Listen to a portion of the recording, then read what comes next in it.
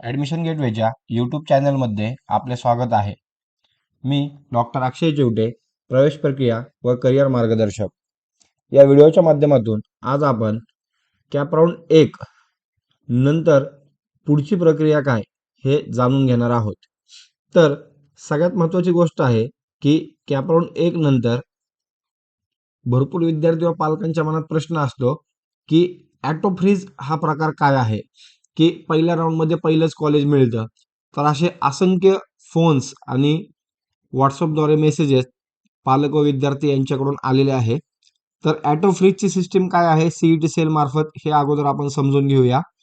तर cap round 1 मध्ये आपण जे ऑप्शन्स कॅप राऊंड 1 मध्ये भरलेले आहेत त्यापैकी जर आपल्याला क्रमांक 1 चा म्हणजे फर्स्ट ऑप्शन जर कॉलेज अलॉट झालं तर ते ॲटो फ्रीज होतं. म्हणजेच आपल्याला त्याच कॉलेजला ॲडमिशन घ्यावं लागतं. पुढच्या राऊंडमध्ये आपण पार्टिसिपेट करू शकत नाही. त्याच पद्धतीने त्यामुळे आपण पहिल्या कॅप राऊंडमध्ये 99% विद्यार्थ्यांना पहिलं कॉलेज हे असं टाकलं होतं की त्या कॉलेजमध्ये ते विद्यार्थी अलॉटमेंट होणार नाही, म्हणजे त्यांना ते कॉलेज मिळणार नाही. तर हे का करायचं, तर आपल्याला पुढच्या राऊंडमध्ये सहभागी होता यावं, आपल्याला दुसऱ्या राऊंडमध्ये तिसऱ्या राऊंडमध्ये जास्तीत जास्त चांगल्या पद्धतीचं कॉलेज कसं मिळवता येईल यासाठी आपण अशा पद्धतीने चॉईस फिलिंग केलेली असते. कॅप राऊंड 2 मध्ये हाच नियम थोडा वेगळा त्या ठिकाणी आहे. कॅप राऊंड 2 मध्ये आपल्याला जर पहिल्या 3 पैकी कोणती अलॉटमेंट जर झाली तर आपल्याला घेणे ते बंधनकारक असतं. त्यामुळे कॅप राऊंड 2 मध्ये खूप काळजीपूर्वक आपल्याला पहिल्या 3 क्रमांकाचे ऑप्शन्स आपल्याला भरायचे असतात की ज्यामुळे विद्यार्थ्यांना मनासारखे कॉलेज मिळावे. त्यामुळे कॅप राऊंड 2 मध्ये पहिले 3 ऑप्शन्स हे खूप काळजीपूर्वक भरावे. जसे की COEPचं CS असेल, COEPचं AIML असेल, असे ऑप्शन जर आपण भरले तर ते आपल्याला अलॉट होणार नाहीत, कारण या ऑप्शनचं मेरिट हे 99.75 प्लस लागण्याची दाट शक्यता यावर्षी आहे. तर हाच नियम कॅप राऊंड 3 मध्ये थोडा वेगळा असतो. तर तो आपण पुढील कॅप राऊंड मध्ये बघूया. तर अशा पद्धतीने ह्या दोन गोष्टी आहे. कॅप राऊंड 1 मध्ये पहिल्या क्रमांकाचा ऑप्शन जर मिळाला तर ॲटो फ्रीज होतं. कॅप राऊंड 2 मध्ये पहिल्या 3 पैकी जर कुठला ऑप्शन मिळाला तर तो ॲटो फ्रीज होतो. तर ह्या दोन खूप महत्त्वाच्या गोष्टी आहेत. हे याबाबत खूप विद्यार्थी व पालकांमध्ये संभ्रम आहे. तर हे आपण या प्रकारे माहिती घेतलेली आहे. तर ते व्यवस्थित आपण समजून घेणं गरजेचं आहे. आता यानंतर खूप विद्यार्थी व पालकांचा प्रश्न आहे की आम्हाला मिळालेलं कॉलेज हे कोणतं आहे, हे कशा पद्धतीने चेक करायचं. तर मी या व्हिडिओच्या माध्यमातून आपल्याला तीही गोष्ट सांगून देतो की आपल्याला त्या पद्धतीने कॉलेज कशा पद्धतीने चेक करता येतं, की आपल्याला कोणतं कॉलेज मिळालेलं आहे ते कशा पद्धतीने आपण पाहायचं हे पण आपण या ठिकाणी पाहूया. या ठिकाणी जर आपण बघितलं तर आपल्याला गुगल क्रोम मध्ये जायचे आहे. गुगल क्रोम मध्ये गेल्यानंतर गुगल क्रोम मध्ये CET सेल हे टाईप करायचं आहे.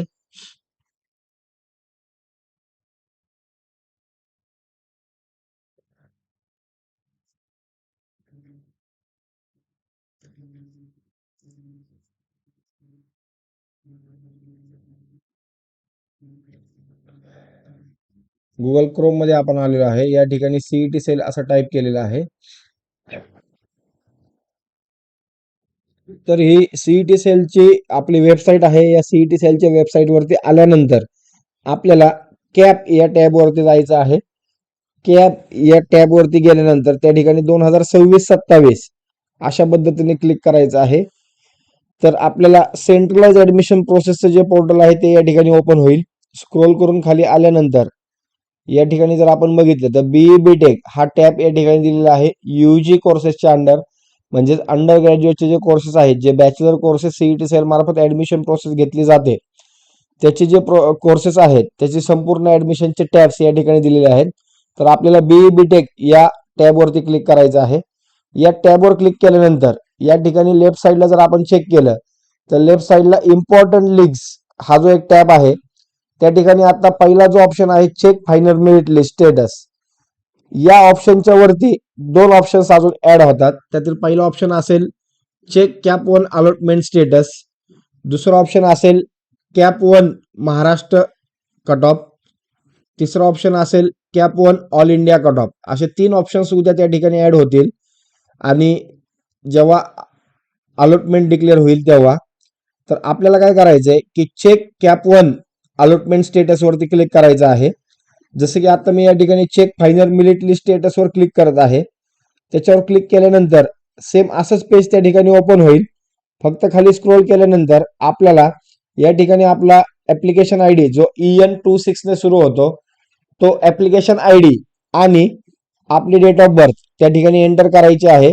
या दोन गोष्टी एंटर केल्यानंतर आपल्याला कोणतं कॉलेज मिळालं हे या ठिकाणी लगेच आपल्याला त्या ठिकाणी समजून जाईल.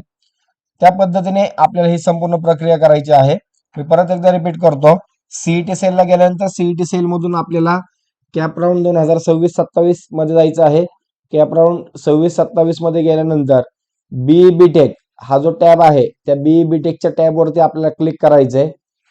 त्यानंतर आपल्या समोर हे असं होम पेज ओपन होईल. तर या होम पेजवर आल्यानंतर जेव्हा यादी सीईटी सेल मार्फत जाहीर होईल तेव्हा या ठिकाणी तो ऑप्शन येईल की चेक कॅप राऊंड 1 स्टेटस, हा ऑप्शन त्या ठिकाणी ऍड होईल. जेव्हा हा ऑप्शन येईल तेव्हा आपण समजून जायचं की सीईटी सेल मार्फत यादी जाहीर झालेली आहे. आणि त्या ऑप्शनवर आपण क्लिक केल्यानंतर त्या ठिकाणी आपल्याला आपला जो EN आयडी आहे ज्यालाच आपण ऍप्लिकेशन आयडी म्हणतो तो EN26 ने जो आयडी चालू होतो तो आयडी आणि त्याचा खाली आपली डेट ऑफ बर्थ ही त्या ठिकाणी मेन्शन करायची आहे. या दोन गोष्टी केल्यानंतर आपल्याला कॅप राऊंड 1 मध्ये कोणतं कॉलेज मिळालं हे त्या ठिकाणी समजलं जाईल. तर अशा पद्धतीने ही संपूर्ण प्रक्रिया आहे की कशा पद्धतीने आपण कॅप राऊंडचं स्टेटस त्या ठिकाणी बघू शकतो.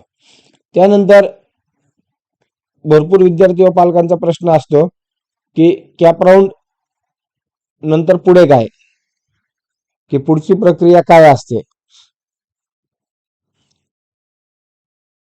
तर कॅप राऊंड 1 मध्ये आपल्याला कळलं की आपल्याला कोणतं कॉलेज मिळालंय. तर कॅप राऊंड मध्ये जर आपल्याला कॉलेज मिळालं असेल तर आपली पुढची प्रक्रिया 2 ऑप्शन असतात. आणि कॅप राऊंड मध्ये जर आपल्याला कॉलेज मिळालं नाही तर पुढच्या राऊंड साठी आपल्याला पहिल्या राऊंड मध्ये जितके कॉलेजेस दिले होते त्याच्यापेक्षा जास्त कॉलेजेस आपण देणं गरजेचं आहे. तर असे 2 पर्याय त्या ठिकाणी असतात आणि ते 2 पर्याय खूप महत्वाचे असतात. तर त्यानुसार आपल्याला पुढची प्रक्रिया त्या ठिकाणी करायची असते. याच्यात जर आपण बघितलं तर ज्या 2 स्टेजेस आहेत त्यातली पहिली स्टेज असते फ्रीज अँड बेटरमेंट. म्हणजेच मिळालेल्या कॉलेजमध्ये आपण जे सीट घेतलेलं आहे ते बुक करायचं आणि पुढच्या राऊंड मध्ये भाग घ्यायचा. तर जेव्हा सीट बुक करायचं असतं तेव्हा आपण त्या ठिकाणी ऍडमिशन डन करतो. ऍडमिशन डन करतो याचा अर्थ भरपूर विद्यार्थी व पालकांच्या मनात संभ्रम आहे की आपल्याला कॉलेजला जावं लागतं का.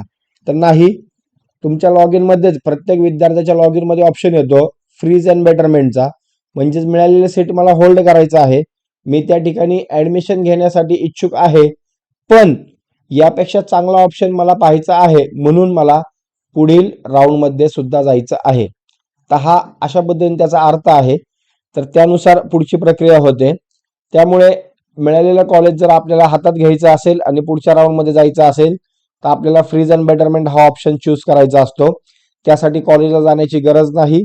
सर्व प्रक्रिया ही विद्यार्थ्याच्या लॉग इन मधून ऍडमिशन गेटवेच्या ऑफिस मार्फत काउन्सिलिंग टीम मार्फत त्या ठिकाणी केली जाते. दुसरा ऑप्शन असतो फ्रीज अँड कन्फर्म. त्याचा अर्थ असा असतो की मिळालेल्या कॉलेजमध्ये मी समाधानी आहे आणि मला पुढील राऊंड मध्ये सहभागी न होता मिळालेल्या कॉलेजमध्ये मला ऍडमिशन घ्यायचं आहे. तर ह्या 2 ज्या प्रक्रिया आहेत फ्रीज अँड बेटरमेंट आणि फ्रीज अँड कन्फर्म या आपल्याला 3 ऑगस्ट ते 5 ऑगस्ट दुपारी 3 वाजेपर्यंत संपूर्ण प्रक्रिया करून घ्यायची आहे.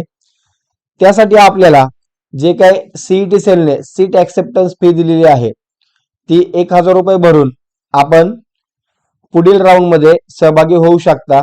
ज्या विद्यार्थ्यांना पहिल्या राऊंड मध्ये कॉलेज मिळालेलं आहे त्याच विद्यार्थ्यांना 1000 रुपये फी भरायची आहे आणि पुढील राऊंड मध्ये सहभागी व्हायचं आहे. ज्या विद्यार्थ्यांना अजून कॉलेज मिळालेलं नाही ते विद्यार्थ्यांना कॉलेज जोपर्यंत मिळत नाही तोपर्यंत 1000 रुपये फी ही सीईटी सेल चार्ज करत नाही. तरी सुद्धा ते विद्यार्थी पुढील प्रक्रियेमध्ये सहभागी असतात. कॉलेजची फी आणि तुमचा कॅप राऊंड मधला सहभाग याचा कुठेही संबंध नाही. जर आपल्याला मिळालेलं कॉलेज घ्यायचं असेल तर फी पेड करायची आहे, घ्यायचं नसेल तर पुढच्या राऊंडला गेलात तर तुम्ही पुढच्या राऊंडमध्ये कॉलेज ऍक्सेप्ट करताल तेव्हा ती फी त्या ठिकाणी भरायची आहे. तर हा खूप विद्यार्थी व पालकांच्या मनातला संभ्रम आहे की जर मला ते सीट बुक करायचं असेल तर कॉलेजला जाण्याची गरज आहे का? तर कॉलेजला जाण्याची गरज नाही. सर्व प्रक्रिया ही ऍडमिशन गेटवेच्या ऑफिसवरून तुम्ही करू शकता. प्रत्येक प्रक्रिया ही विद्यार्थ्याच्या लॉग इन मध्ये केली जाते, त्यामुळे कुठलीही काळजी करण्याची गरज त्या ठिकाणी नाही. तर हे दोन ऑप्शन्स खूप महत्वाचे आहेत. Freeze and betterment. मिळालेल्या कॉलेज मला समाधानी आहे, पण मला पुढील राऊंड मध्ये जायचं आहे. मिळालेल्या कॉलेजमध्ये मी समाधानी आहे आणि मला त्याच ठिकाणी ऍडमिशन घ्यायचं आहे, ज्याला फ्रीज अँड कन्फर्म म्हणतो आपण. म्हणजेच आम्ही जेव्हा विद्यार्थ्यांना विचारतो की तुला काय करायचंय, तर दोन ऑप्शन असतात. एक असतो बेटरमेंट म्हणजे पुढील राऊंड मध्ये जायचंय. दुसरा ऑप्शन असतो मला कन्फर्म करायचंय म्हणजे मला ऍडमिशन घ्यायचंय. ज्या विद्यार्थ्यांना सीट कन्फर्म करायचं असेल ते विद्यार्थी डिरेक्टली कॉलेजला जाणं गरजेचं आहे. त्याची मुदत सीईटी सेल मार्फत ही 3 दिवसांची दिलेली आहे. 3 ऑगस्ट ते 5 ऑगस्टच्या दरम्यान आपण कॉलेजला जाऊन संपूर्ण प्रक्रिया प्रवेशाची त्या ठिकाणी करू शकता. तर ह्या दोन गोष्टी आहेत कॅप राऊंड डिक्लेअर झाल्यानंतर. त्याचबरोबर कॅप राऊंड 1, कॅप राऊंड 2 आणि कॅप राऊंड 3 मध्ये जी वेगवेगळी फी शुल्क सीईटी सेल मार्फत आकारलं जाणार होतं, तर ते शुल्क सीईटी सेल मार्फत रद्द करण्यात आलेलं आहे. तर या दोन खूप महत्वाच्या गोष्टी आहेत. त्यानंतर ज्या विद्यार्थ्यांना कॅप राऊंड 1 मध्ये कॉलेज मिळालेलं आहे त्या विद्यार्थ्यांनी पुढील राऊंड मध्ये कॅप राऊंड 2 मध्ये कोणत्या पद्धतीने आपल्याला कोणत्या कॉलेजसाठी ट्राय करायचं आहे याची रणनीती ठरवणं गरजेचं आहे. त्याचबरोबर ज्या विद्यार्थ्यांना कमी ऑप्शन्स आणि हाय मेरिटमुळे जर कॅप राऊंड 1 मध्ये कॉलेज मिळालं नसेल तर त्या विद्यार्थ्यांनी दुसऱ्या राऊंड मध्ये जास्तीत जास्त ऑप्शन्स त्या ठिकाणी भरणं गरजेचं आहे. तर अशा पद्धतीने आपली कॅप राऊंड 2 ची स्ट्रॅटेजी असणं गरजेचं आहे. कॅप राऊंड 2 मध्ये मी एकच विद्यार्थ्यांना सूचना देईन व पालकांना सुद्धा की कॅप राऊंड 2 मध्ये असे कॉलेज टाकायचे की जे खरंच आपल्याला पाहिजेत आणि जे खरंच आपल्याला घ्यायचेत. याच्या व्यतिरिक्त तिसरं कुठलंही कॉलेज आपण त्या ठिकाणी टाकणं चुकीचं आहे. त्यामुळे कॅप राऊंड 2 मध्ये खूप काळजीपूर्वक ज्या रस्त्याने आपल्याला जायचे तेवढेच कॉलेजेस त्या ठिकाणी टाकणं गरजेचं आहे. ज्या रस्त्याने आपल्याला जायचं नाही तेथील पत्ता सुद्धा विचारू नये. तर अशा पद्धतीने आपण या ठिकाणी कॅप राऊंड 2 ची काळजी त्या ठिकाणी घेणार आहोत.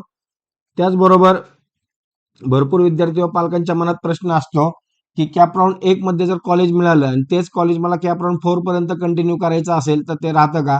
तर हो राहतं. तुम्हाला सीट ऍक्सेप्टन्स फी 1000 रुपये भरायची आहे. ते कॉलेज तुमच्या हातात राहतं. कॅप राऊंड 2 मध्ये जर तुम्हाला दुसरं कॉलेज मिळालं तर पहिलं कॉलेज जातं. भरपूर विद्यार्थी व पालकांच्या मनात अजून एक प्रश्न असतो की कॅप राऊंड 1 मध्ये मला एक पर्टिक्युलर कॉलेज मिळालं आणि कॅप राऊंड 2 मध्ये मला त्याच्यापेक्षा लो लेवल कॉलेज मिळालं तर मला कॅप राऊंड 1 मधल्या कॉलेजमध्ये कंटिन्यू करता येतं का?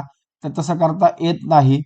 ज्या राऊंड मध्ये जे कॉलेज अलॉट झालेलं आहे तेच कॉलेज तुम्हाला घ्यावं लागतं.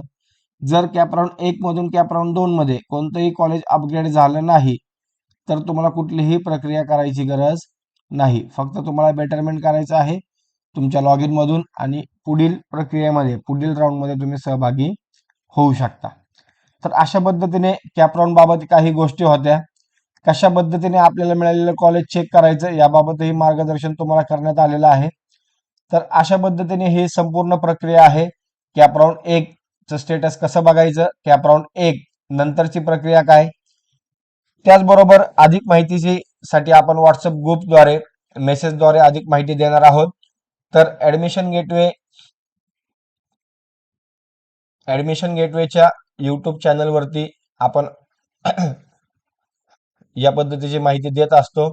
तर ज्या विद्यार्थ्यांना अशीच माहिती पाहिजे असेल तर त्यांनी ऍडमिशन गेटवेच्या युट्यूब चॅनलला सबस्क्राईब करा आणि बेल आयकॉनला क्लिक करा.